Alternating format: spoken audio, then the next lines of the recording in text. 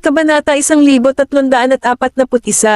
Nanigas si Pearl. Niyakap siya ni Tanner ng mahigpit at ibinaba ang ulo. Diniin nito ang kanyang mga labi sa tuktok ng ulo niya at sinabi sa isang mahinang boses, "Pamayat ka." Bago niya puntahan si Pearl ay marami siyang naisip na iba't ibang klase ng mga reunion scenario. Mababaliw ba siya at ipapahayag ang pananabik niya sa kanya o susubukan ba niyang tumigil sa wala para mabitag siya sa kanyang side na naman? Hindi mabilang na mga kaisipan ang lumipad sa kanyang isipan, ngunit natakot siya nang makita siya. Natatakot siya sa pagtanggi nito.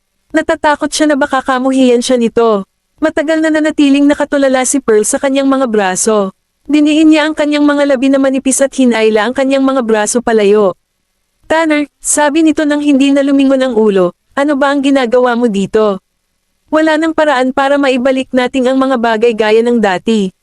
Tumatalo ng tibok ng kanyang puso, at siya ay naglamig. "Galit ka pa rin ba sa akin?" "Hindi na." Tumalikod si Pearl para tumingin sa kanya. Pinilit niya ang sarili na manatiling kalmado at sinabing, "Binitawan ko na ang lahat sa pagitan natin." Lumapit si Tanner sa kanya at sinabing, "Pero hindi ko kaya." Sandali siyang natigilan, ngunit mabilis siyang nakabawi. "Imposible yan, Tanner. Para sa iyo, ako ay isang peke sa iyong relasyon. Masaya sana ang buhay ninyo ni Sandy kung wala ang marriage contract na yan, kaya galit ka sa akin." Hindi pa kita kinasusuklaman. Tumigil si Tanner sa harap niya. Napatingin siya sa mga mata nito at nagpatuloy. Ang quote ay walang iba kundi dahilan lang. Hinailan niya ito sa kanyang mga braso at hinaplos ang pisngi nito ng kanyang palad. Lalong bumibigat ang kanyang paghinga nang sabihin niyang, "Pearl, isa akong gago. Nang panahong napagtanto ko na mali ako, nawala ka na sa akin. Nabuhay ako sa pagkakasala sa nakalipas na 3 taon, at walang araw na lumilipas nang hindi kita iniisip." Tinagilid ni Pearl ang ulo at idinagdag, "May anak na ako. Pero hindi ka pa kasal." Tumigil ang daliri ni Tanner sa kanyang mga labi. "Hindi ka nakikipagkita sa sinumang lalaki sa nakalipas na 3 taon, at kung nabuntis ka sa taong iyon, ang iyong anak ay dapat ganito na kalaki, di ba?" Tumibok ang puso ni Pearl, at itinulak niya ito palayo. "Tanner." Umatras si Tanner. Tinignan niya ito pero wala siyang sinabi. Tumalikod si Pearl at sinabing, "Hindi mo kano-ano ang bata. Huwag ka nang bumalik sa akin." Matapos bitiwan ang pangungusap na iyon, tumakbo siya papasok sa bahay nang hindi na lumilingon, at iniwan si Tanner na matigas na nakatayo sa lugar. Dumidilim na ang langit, at di nagtagal, bumuhos ang ulan. Tumingin si Kamala sa bintana habang nakayakap sa bata. Si Tanner ay nakatayo pa rin sa bakuran, at siya ay basang-basa ng ulan. Tumingin siya ka Pearl at sinabing, "Pearl, si Tanner ay nasa labas pa rin." Kahit ayaw niyang magkaroon ng kahit na ano ang kanyang anak sa mga Hannigans, magiging mahirap para sa kanila kapag may nangyari kay Tanner. Nagulat si Pearl at sumilip sa bintana. Si Tanner ay nakatayo sa gitna ng ulan. Ayaw niyang umalis kahit basang-basa na. Umiwas na ng tingin si Pearl. Babaliwalay niya ito ngunit hindi niya alam kung bakit pero hindi niya magawa. Kumuha siya ng payong at lumabas. Inilagay niya ang payong sa taas ng ulo ni Tanner. Nakasabit ang mga patak ng tubig sa mga pilikmata ni Tanner. Mapatla ang kanyang mukha habang dumadaos-dos ang ulan sa kanyang ulo, at basa ang kanyang polo hanggang sa balat. Hindi na napigilan ni Pearl ang sarili at sumigaw, "Ano ba ang iniisip mo? Sinabihan na kitang umalis, bakit hindi ka pa umaalis?" Ngumiti naman si Tanner. "Hindi ako aalis." Pakiramdam ni Pearl ay may kung anong bagay na sumirit sa puso niya. Isinandal niya ang payong kay Tanner, kaya nabasa ng ulan ang kanyang damit. "Sa tingin mo ba sa ginagawa mong ito?" Namula ang mga mata niya, "Ay patatawarin kita." "Tanner, hindi kita mapapatawad. Hinding-hindi kita patatawarin." Inunat ni Tanner ang kanyang mga braso pasulong at hinayla siya sa kanyang yakap. "Hindi ko kailangan ng iyong kapatawaran." Tumawa siya at sinabing, "Gusto ko lang manatili sa tabi mo." Isang luha ang bumagsak mula sa sulok ng mga mata ni Pearl, at nagsimula siyang humihikbi ng tahimik. Bigla niyang naramdaman na may nahulog sa kanya, at dumausda si Tanner pababa sa kanyang katawan. Kabanata 1342. Tanner, sa Baseburgs Private Middle and High School. Pagpasok pa lang ni Daisy sa classroom nang nilapitan siya ni Leah at ng ilan pang seniors. "Daisy," tinawag siya ni Leah. Inikat niya ang ulo at napasimangot. "Ano ba ang gusto mo?" Binubuli nila Leah si Lisa, kaya hindi sila gusto ni Daisy. Hindi niya alam kung paano siya naging vice-presidente ng konseho ng mga estudyante. Habang nakatayo at nakakross ang mga braso, sinabi ni Leah, may gusto akong sabihin sa iyo. Tumingin sa kanya si Daisy. Ano ba yon? Siyempre, tungkol kay Lisa. Kung tungkol ito kay Lisa, huwag ka nang mag-aksaya ng laway. Tumalikod si Daisy at pumasok sa kanyang classroom. Biglang pumutok ang boses ni Leah. Paano kung nagsisinungaling si Lisa sa iyo? Napatulala si Daisy. Tumigil siya sa kanyang mga tinuran at iniikot ang kanyang ulo para tingnan si Leah. Ano bang pinagsasabi mo? Matagal nang nagsisinungaling si Lisa sa akin. Paano nangyari iyan? Alam ni Leah na hindi maniniwala si Daisy sa kanya. Hinugot niya ang phone niya at nag-login sa contact account niya. Since hindi ka naniniwala sa akin, then take a look at this yourself. Iniabot niya ang telepono kay Daisy. Tingnan mo ang tunay na mukha ng iyong tinatawag na kaibigan. Alang-alang kinuha ni Daisy ang telepono. Ibinaba niya ang ulo para tingnan ang screen ng telepono. Ito ay isang contact account na kilala bilang Princess Lizzie. Lahat ng mga video at larawan na kanyang ipinost ay nagpapakita ng isang napakagandang pamumuhay, at walang sino man ang magiging higit na pamilyar kaysa kay Daisy sa mga photos at videos na ito. Lahat ng damit, bag, sapatos, maging ang mga relo at bracelet ay mga regalong ibinigay ni Daisy kay Lisa. Ang loob ng villa ay malinaw na ang Goldman Mansion, at sigurado siya na kinuha ni Lisa ang larawan ng huling pumunta ito sa bahay nila. Ang luxury car na natatakpan ng plaka ay ang private car na madalas naghahatid at sundo sa kanila ni Colton sa paaralan. Nang makita ang natigilan niyang ekspresyon, natawa si Leah. Naniniwala ka na ba sa akin ngayon? Hindi naman sinabi sa iyo ng best friend mo ang social media application na ito, di ba? Nang hindi nagsalita si Daisy, lumapit si Leah sa kanya at nagpatuloy. Hindi lang yon, nagpo-post din siya bilang anak ng isang mayamang pamilya at ipinapakita ang kanyang kayamanan sa mga video sa social media platform na ito. Salamat sa iyo, medyo marami siyang nakuhang tagahanga at naging isang celebrity sa social media platform na ito.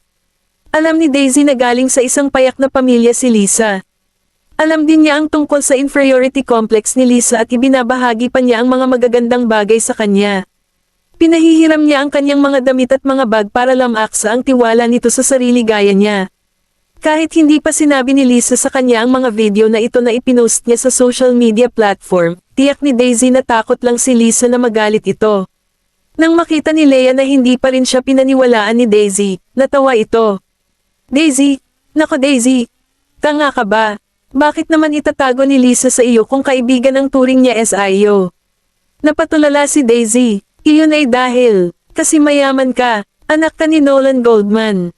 Hindi ka na nag-aabala na tumingin sa presyo ng isang mamahaling bagay, at bagaman ito ay hindi isang masamang bagay upang maging mapagbigay sa iyong mga kaibigan, kailangang mong alamin kung sino siya.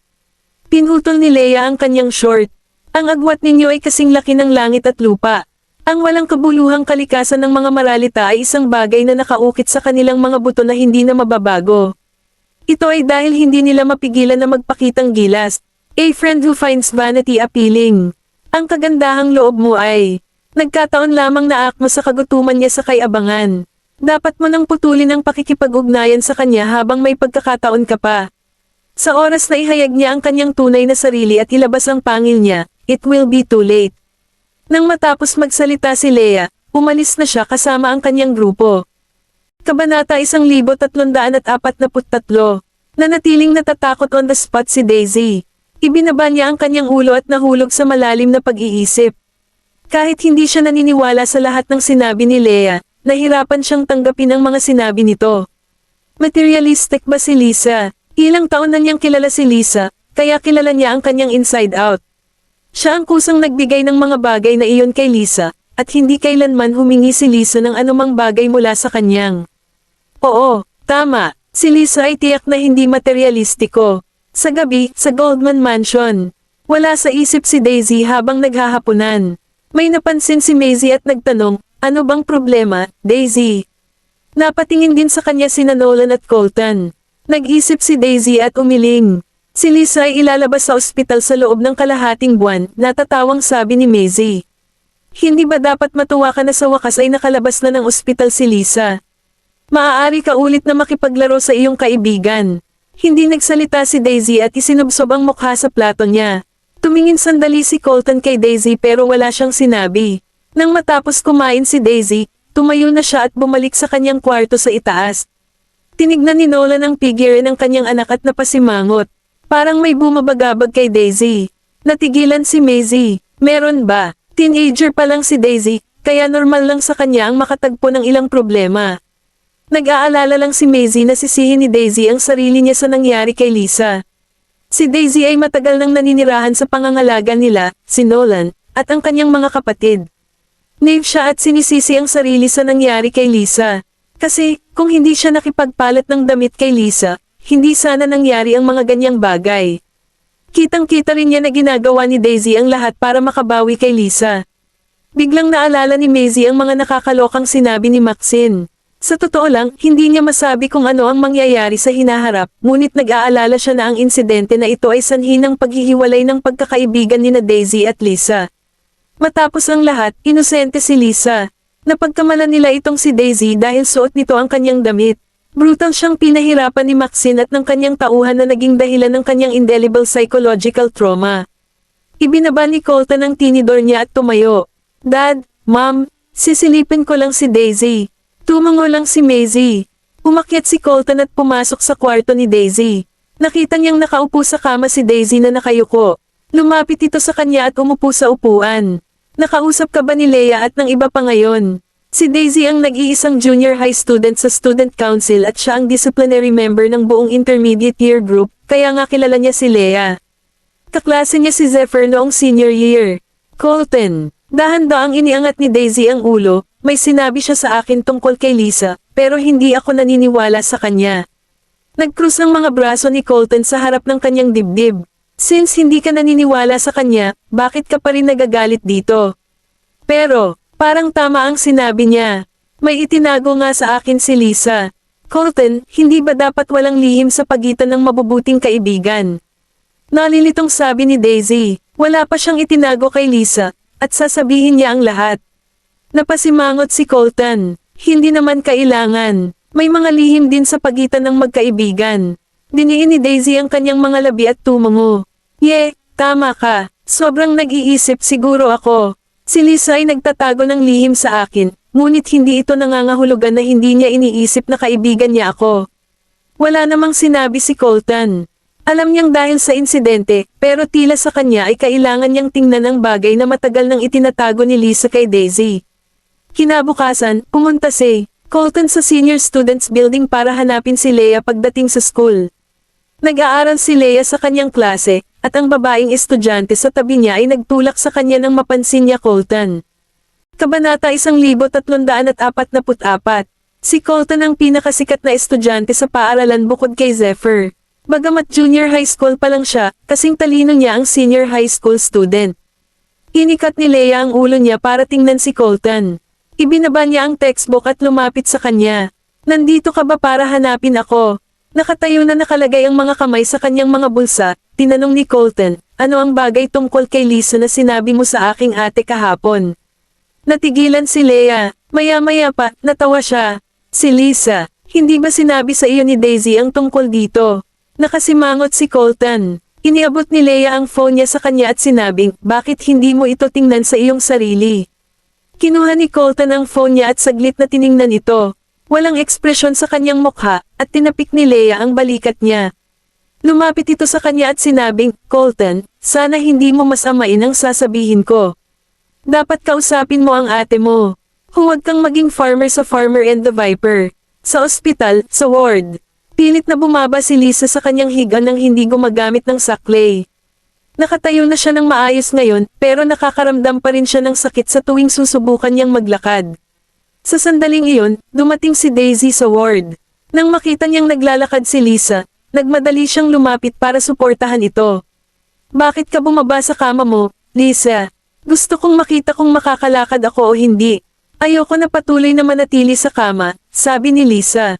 Tinulungan siya ni Daisy na umupo sa gilid ng kama at sinabing, pero hindi mo ito maaaring madaliin. Kailangan mong gawin ito ng step by step. Umupo si Lisa sa gilid ng kama at tiningnan si Daisy.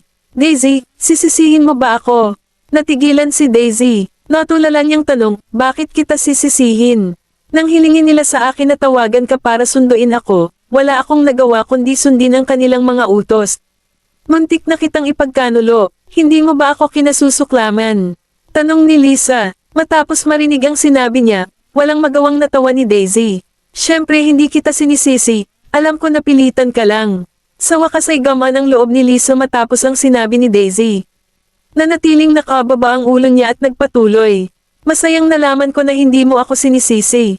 Oye, lumapit sa akin si Leia kahapon. Nang makita ang pagbabago sa ekspresyon ni Lisa, ngumiti si Daisy. Huwag kang mag-alala, sinabi niya sa akin na nagsisinungaling ka sa akin, pero hindi ako naniniwala sa kanya. Kahit na may itinatago kang isang bagay mula sa akin, maiintindihan ko rin. Sa makatuwid, hindi ako magtatanong. Ito ang sinabi ni Daisy para mapanatag si Lisa. Matagal na nanahimik si Lisa bago naghiwalay ng labi. Daisy, totoo na may itinatago ako sa iyo, pero dapat alam mo na mahirap lang ang pamilya ko. Mababa ang tingin ng lahat sa akin sa paaralan maliban sa iyo. Tumango si Daisy. Alam ko kaya hindi ako madidismaya sa iyo. Pilit ang ngiti sa mukha ni Lisa. Salamat. Nang magmulat ng mga mata si Tanner, ang unang bagay na bumati sa kanyang paningin ay si Pearl. Siya ay nagpapahinga sa gilid ng kanyang kama nang nakasara ang mga mata. Napangiti, bumangon siya at dahan-daang nilapitan si Pearl. Itinaas niya ang kanyang kamay at hinaplos ang pisngi nito. Nanginginig ang mga pilikmata ni Pearl, at nahuli niya ang kamay nito subconsciously. Nang makasalubong niya ang tingin nito, nagulat siya kaya tumalon siya. Gising ka na pala, samandal si Tanner sa kama, at makikita sa kanyang mga mata ang ngiti. Since gising ka na, pwede ka na sigurong bumalik ngayon. Nang malapit nang umalis si Pearl ay may lumabas na batang musmos sa pinto. Tinutok niya ang ulo at tinawag si Pearl. Mommy, nang makita ni Tanner ang bata, natigilan siya noong una, at pagkatapos, ay nakatuon ang tingin nito sa kanya. Lumapit si Pearl at dinampot ang bata. Habang nasa mga bisig ni Pearl, naobserbahan ng bata si Tanner at biglang sinabing, Daddy. Tumaas at bumaba ng husto ang dibdib ni Tanner nang marinig niyang, Daddy, ang tawag sa kanya ng bata. Isang kakaibang pakiramdam ang bumangon mula sa kaibuturan ng kanyang puso. Hindi siya tutol sa ganitong uri ng pakiramdam sa lahat. Sa halip, masaya siya dahil dito. Kabanata 1345. Tumigil ka, Noe, sabi ni Pearl matapos bumalik sa kanyang katinoan. Pinalo niya ang puwet ng anak at nagpatuloy. Dapat tigilan mo na ang pagtawag sa ibang tao na tatay mo. Hindi niya inaasahan na, Daddy, ang tawag ng anak niya kay Tanner. Kahit tunay na ama niya si Tanner, ayaw niyang malaman ito ni Tanner. Nag-alala siya na baka saktan ni Tanner ang anak niya kapag nalaman niyang siya ang ama ng batang ito. Biglang sumigaw ang bata, gusto ni Noah si Daddy. Natigilan si Pearl. Hindi niya alam kung ano ang dapat niyang gawin nang magsimulang umiyak ang kanyang anak. Nang maisip niya ito, talagang hindi siya maituturing na isang mahusay na ina sa nakalipas na 2 taon. Sa tuwing umiiyak ang kanyang anak, tinutulungan siya ng kanyang ina na pakalmayan ito. Nang hindi niya alam ang gagawin, may lumapit sa kanya at inalis ang bata sa kanyang mga bisig. Isang mahinang tawa ang tumulo sa kanyang mga tainga nang sabihin ng lalaki, alam mo ba na hindi dapat umiyak ang isang lalaki? Tumigil sa pag-iyak si Noah at napatingin sa kanya na naluluha. Daddy, niyakap siya ni Tanner at hinaplos ang ulo. Oo, nandito na ako. Nang tumigil si Noah sa pag-iyak, nabigla si Pearl at natulala. Sa sala, ayaw bumitaw ni Noah kay Tanner, at kanina pa siya karga ni Tanner. Nakaupo sa harap niya sina Antonio at Kamala. Pareho silang may kakaibang ekspresyon sa mukha, at awkward ang atmosphere. Tumayo si Kamala at ngumiti kay Noah. Noe, halika, si Lola ang kakarga sa iyo. Umiling si Noah, niyakap ng mahigpit ang leeg ni Tanner, at sinabing, gusto ko si Daddy. Awkward na binawi ni Kamala ang kanyang mga braso. Hindi niya alam kung ano ang dapat niyang madama ngayon. Ngayon lang nakita ni Noah ang kanyang ama mula nang siya ay isilang, gayon pa man tinawag niya si Tanner na, Daddy, sa lalong madaling panahon tulad ng nakita niya sa kanya. Nilinaw ni Antonio ang kanyang lalamunan at sinabi sa seryosong tinig, Tanner, sigurado akong alam mo kung bakit ka iniwan ni Pearl sa taong iyon. Napakatagal na nito, at nalampasan na ito ni Pearl. Ako at ang kanyang ina ay hindi makikialam sa pagitan ng relasyon ninyo ni Pearl. Subalit, hindi ka rin namin tutulungan. Na kay Pearl na ang desisyon kung patatawarin kanya o hindi. Ibinaba ni Tanner ang kanyang ulo at sinabing, alam ko, wala naman akong hinihingi, sana lang ay magawa ko lahat ng dapat kong gawin para makabawi sa kanya. Make it up to her. Naging malupit ang mukha ni Kamala. Kung alam mo lang ito, bakit mo ginawa ito sa simula pa lang? Nagduso ng labis si Pearl dahil sa iyo. Pagkatapos ng pangyayaring iyon, dinala ko siya sa ibang bansa para makalimutan niya ang lahat, gayunman itinapon mo siya pabalik sa Madeline sa pamamagitan lamang ng ilang mga salita.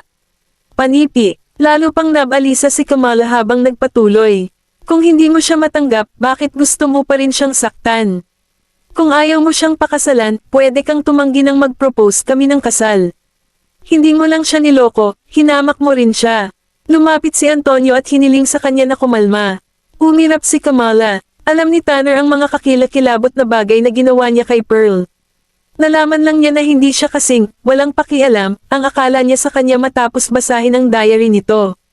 Hindi siya walang puso, hindi siya malamig, hindi lang siya nang ahas na ipakita ang kanyang tunay na puso. Maaaring kakaiba siya tingnan sa panglabas nang sabihin niya ang mga masasakit na salitang iyon at ang mga panghuhusga sa kanya, pero sa katotohanan, ang puso niya ay tadtad na ng butas. Kaya naman, hindi siya nang ahas na humingi ng kapatawaran.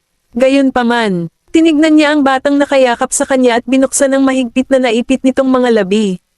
Ako ang ama niya, di ba? Hindi nagsalita ng anumang bagay sina Antonio at Kamala, ngunit ang sagot ay medyo maliwanag. Makalipas ang kalahating buwan, nakalabas na ng ospital si Lisa, at ito rin ang unang pagkakataon na pumunta si Daisy sa bahay ni Lisa. Si Lisa ay nananatili sa isang lumang apartment. Ang apartment ay may 2 kwarto, isang sala, at isang standalone kitchen. Nagkaroon ng maraming mga bagay na nakasalansan dito at doon sa apartment, dahilan para maging siksik at maliit ang kwarto. Kabanata 1346. Ang mga kasangkapan ay pawang gawa sa ordinaryong kahoy, na mas gamit na gamit kaysa sa malaking Goldman Mansion. Masigla si Mrs. Fraser. Daisy, pwede ka bang manatili para sa hapunan? Ano ba ang gusto mong kainin? Lalabas ako at bibili ng mga sangkap upang magluto ng gusto mo. Nakangiting sagot ni Daisy. Kahit ano ay pwede. Mabuti. Mamimili na ako ngayon. Tumango lang si Mrs. Fraser at agad umalis, pero hindi niya nakalimutang ipaalala kay Lisa na aliwin ang kaklase bago lumabas ng bahay. Dinala ni Lisa si Daisy sa kanyang kwarto. Mas maliit ang kwarto niya kaysa kay Daisy, pero mukhang mainit pa rin. Ang kakaiba ay may double-decker bed, pero halatang ang upper deck ay bakante sa mahabang panahon dahil naging storage space ito ng mga kahon na iba't ibang laki. Umupo si Daisy sa swivel chair sa tabi ng desk ni Lisa at nagtanong, Lisa, may natutulog ba sa itaas mo? Umupo si Lisa sa kama at yumuko. Dati may tao, pero wala nang natutulog doon ngayon.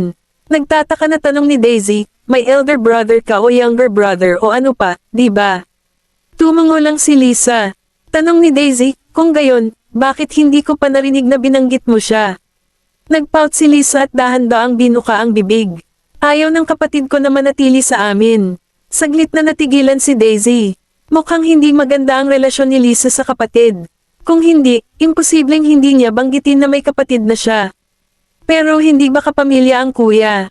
Bakit ayaw niyang manatili sa pamilya niya? Hindi na nagtanong pa si Daisy dahil ayaw niyang pilitin si Lisa na sabihin sa kanya ang ayaw niyang malaman ng iba.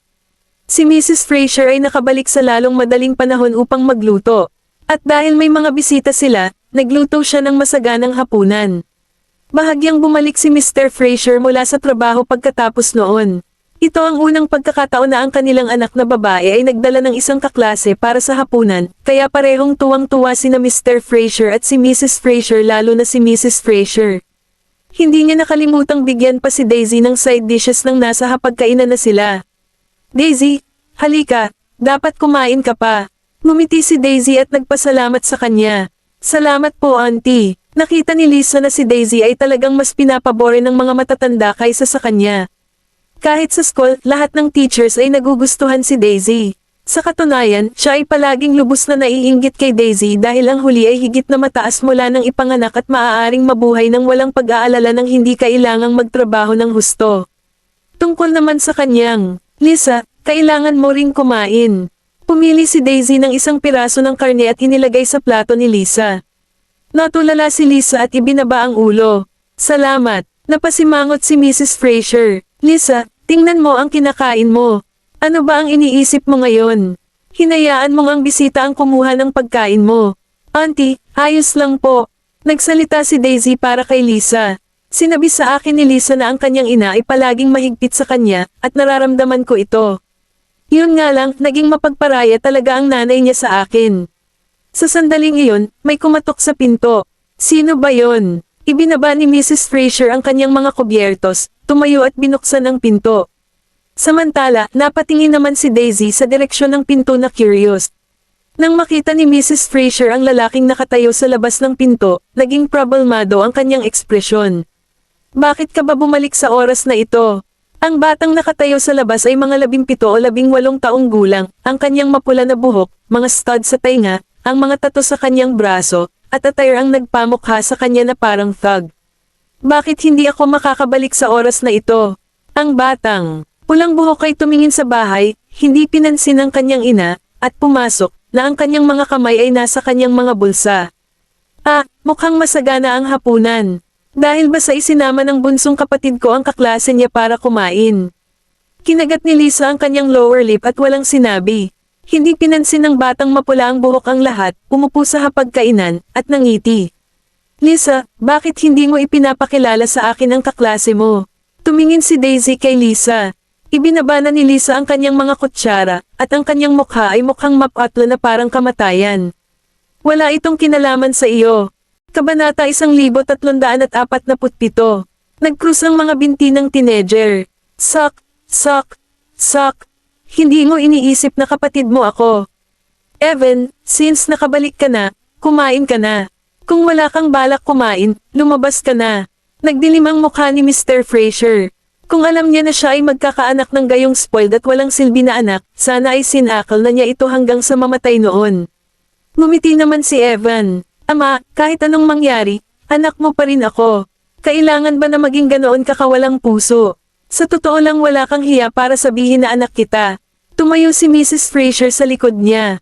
Ang tanging ginagawa mo sa buong araw ay tumambay na hindi alam kung kailan uuwi ng bahay, at babalik ka lang ng bahay kapag kailangan mo ng pera. Hindi ka na bata, hindi ka ba matututo kung paano kumilos praktikal, maghanap ka ng trabaho, at kumita ka ng pera para sa pag-aaral ng kapatid mo? Natawa ng malakas si Evan. Bakit naman niya ako kakailang ganing tustusan ang pag-aaral niya? Nag-aaral siya sa naturang prestihiyosong paaralan, kaya ang mga kaklase niya na nakakakilala doon ay dapat lahat ay sobrang mayaman, di ba? Matapos sabihin iyon, nakita niya ang relo sa palso ni Lisa. Wow! Ang relo na ito ay nagkakahalaga ng libo-libong dolyar. Nice one, Lisa. Yumaman ka na kaya nakabili ka ng isang designer watch habang wala ako. Hinailan ni Lisa ang kamay niya pabalik at tinakpan ang palso niya. Galit na tanong ni Mr. Fraser sa kanya, Evan, ano sa tingin mo ang ginagawa mo? Nagkibit balikat si Evan. Ano bang masama sa pagtingin ko sa relo ng kapatid ko? Dahil mayroon kang pera upang bumili ng naturang isang mahal ang relo para kay Lisa. Kaya, bakit hindi mo ako bigyan ng perang panggastos ko? Matapos humingi ng kaunting pera sa kanyang ama, tiningnan niya ito na may ngisi. Ikaw, nino si Mr. Fraser kaya namula ang mukha niya. Itinapon niya ang mangkok at mga kutsara, tumayo, at umalis. Hindi na nakapagpigil pa si Lisa at hinawakan niya ang kamay ni Daisy. Ihahatid na kita. Umalis si Lisa kasama si Daisy na hindi na hinintay ang reaksyon ng huli sa mungkahi nito. Pagkalabas ni Daisy ng bahay, narinig niya agad ang away ni na Mrs. Fraser at Evan. Lumingon siya pabalik habang maraming bagay ang dumaan sa kanyang isipan. Pagdating nila sa baba, ibinaba ni Lisa ang ulo. Sorry Daisy, hindi ko alam na babalik si kuya sa oras na ito. Tumingin sa kanya si Daisy. Ang kuya mo, lagi na ba siyang ganyan? Pasensya na at nasangkot kita sa gulong ito. Kinagat ni Lisa ang labi niya. Hindi ko gusto ang kapatid ko. Hindi siya tinanong ni Daisy tungkol sa anumang bagay sa huli. Matapos ihatid si Daisy ay umuwi na si Lisa. Pagpasok pa lang niya sa pinto, nasaksihan niya ang pagtulak sa kanyang ina sa sahig. Nagbago ang ekspresyon niya, at tumakbo ito para hilahin siya. Evan, ano ang ginagawa mo? Winasiwas ni Evan ang kamay niya, at nahulog si Lisa sa sahig. Lumabas ng kwarto si Mr. Fraser nang marinig niya ang kaguluhan, nakita niya ang kanyang asawa at anak na babae sa sahig, at nag-init ang ulo. Ikaw na bastardo ka, ang lakas ng loob mong saktan ng nanay at kapatid mo. Nasisiraan ka na ba? Oo, asawa mo siya, at anak mo siya, pero tinatrato mo na ba ako na parang anak? Nanginginig sa galit si Mr. Fraser. Walang nagpalaki sa iyo para maging walang silbi. Pinag-aral ka namin, at ano ang ginawa mo? Sumama ka sa mga maling tao. Kung masunurin ka tulad ng kapatid mo, hindi ka sana ipinadala sa isang juvenile detention center. Hinawi ni Evan ang lahat ng nasa mesa hanggang sa sahig. Malakas ang kaguluhan kaya hindi nang ahas si Lisa na gumawa ng ingay. Bumalik si Evan sa kwarto, biglang may naalala si Lisa, tumayo, at hinabol siya.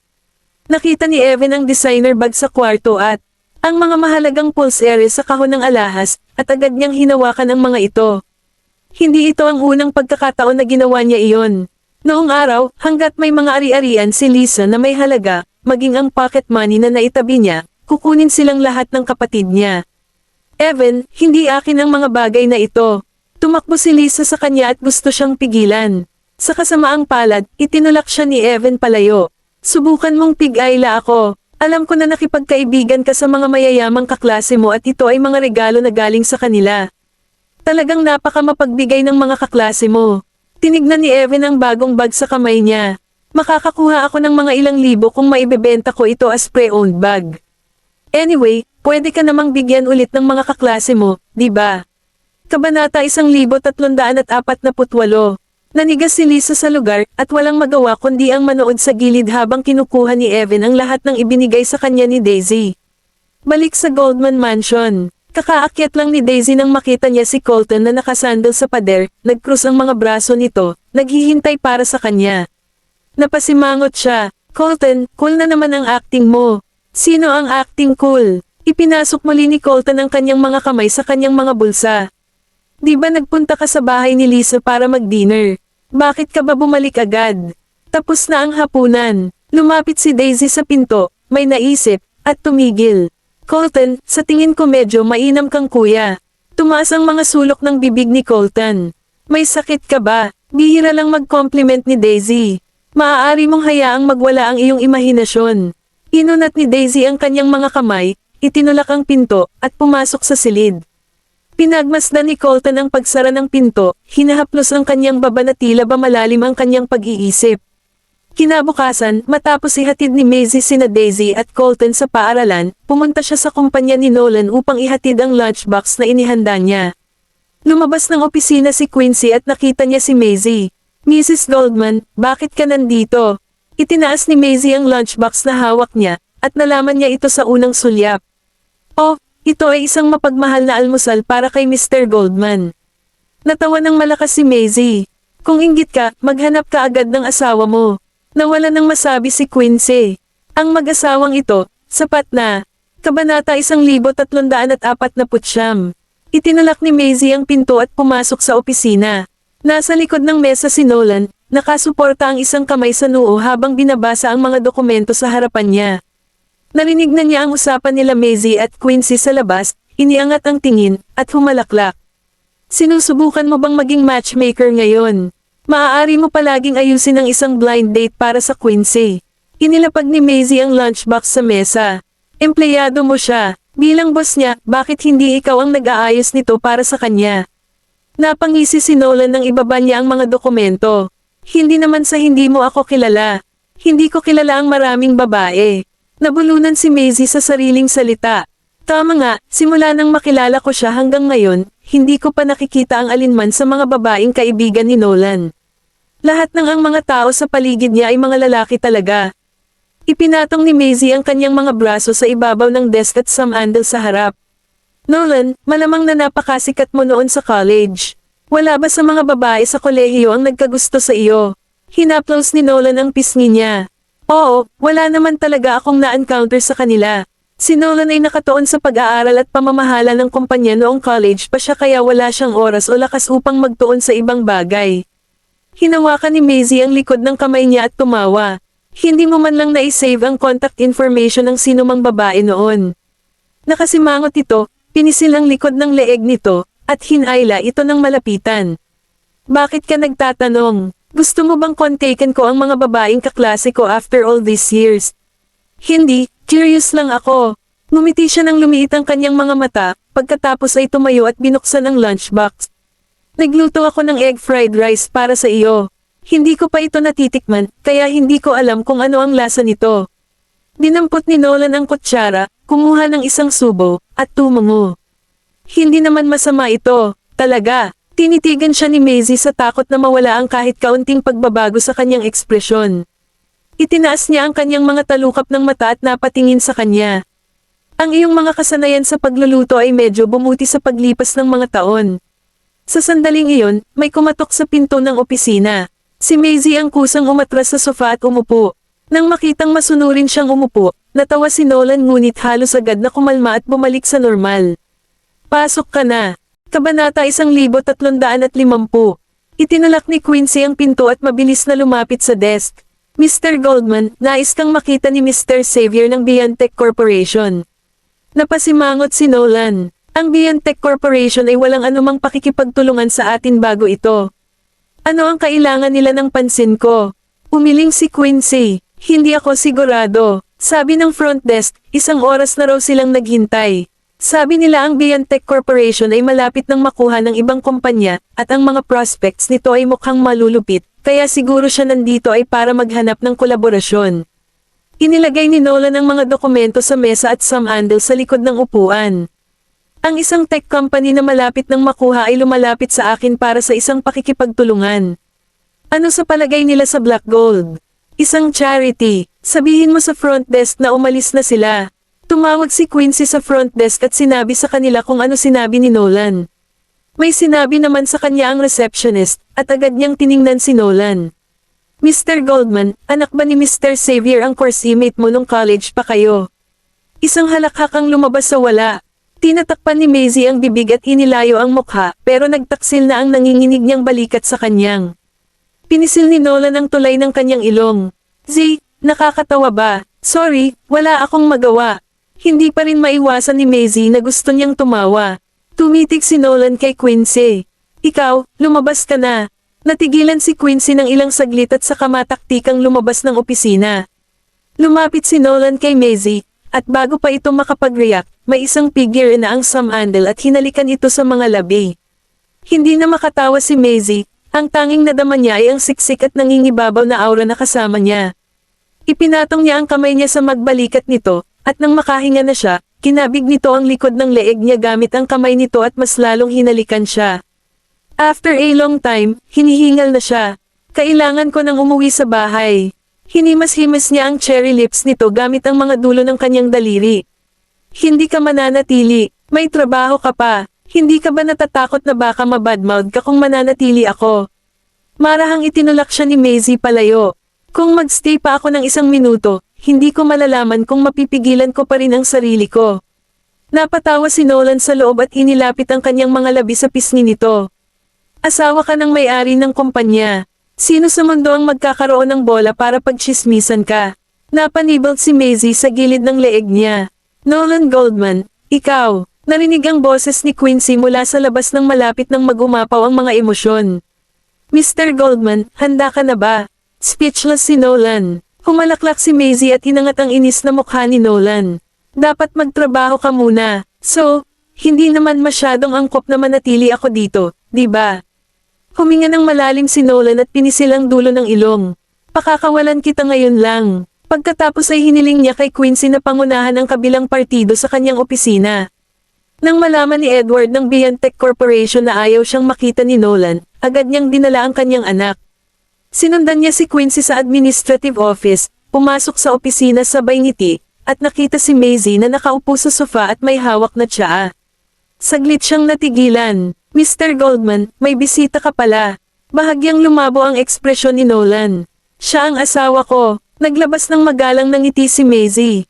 Napagtanto ni Edward na mali ang sinabi niya kaya mabilis siyang nagpaliwanag. Sorry talaga, ang paningin ko ay deteriorating exponentially kamakailan lamang, at ako ngayon ay bulag ako na parang isang paniki. Nabigo akong makilala si Mrs. Goldman. Bata pa talaga siya at maganda. Medyo natuwa si Maisie nang purihin siya dahil sa mukhang bata at maganda. Gayunpaman, hindi ito nagustuhan ni Nolan sa malalim na loob. Ibig bang sabihin, akala niya ay nag-asawa ako ng bata. Hindi napansin ni Edward ang pagbabago sa facial expression ni Nolan at ipinakilala ang kanyang anak na babae na may ngiti. Mr. Goldman, narinig ko mula sa aking anak na si Elaine, na siya ay parehong kurso sa iyo noon sa kolehiyo. Ewan ko kung naaalala mo pa yon. Nakangiting tumango si Elaine. Tinignan ng maigi ni Maisie ang babae. Siya ay naglabas ng isang napakabanayad at mapagbigay na pag-uugali at mukhang maganda. Napasimangot si Nolan. Sorry, matagal na rin kasi nung ako ay nakapagtapos, kaya wala na talaga akong maalala sa mga course mates ko. Bahagyang napahiya si Edward at naglabas ng awkward na tawa. Hindi na mahalaga, nag-aral din ako ng computing science. Umupo ka sa row sa likod mismo ng akin noon. Pinilit ni Elaine na ipaalala kay Nolan. Subalit, hindi pa rin nagbago ang ekspresyon ni Nolan, at ang kanyang saloobin ay talagang kakaiba. Hindi ko na maalala yon.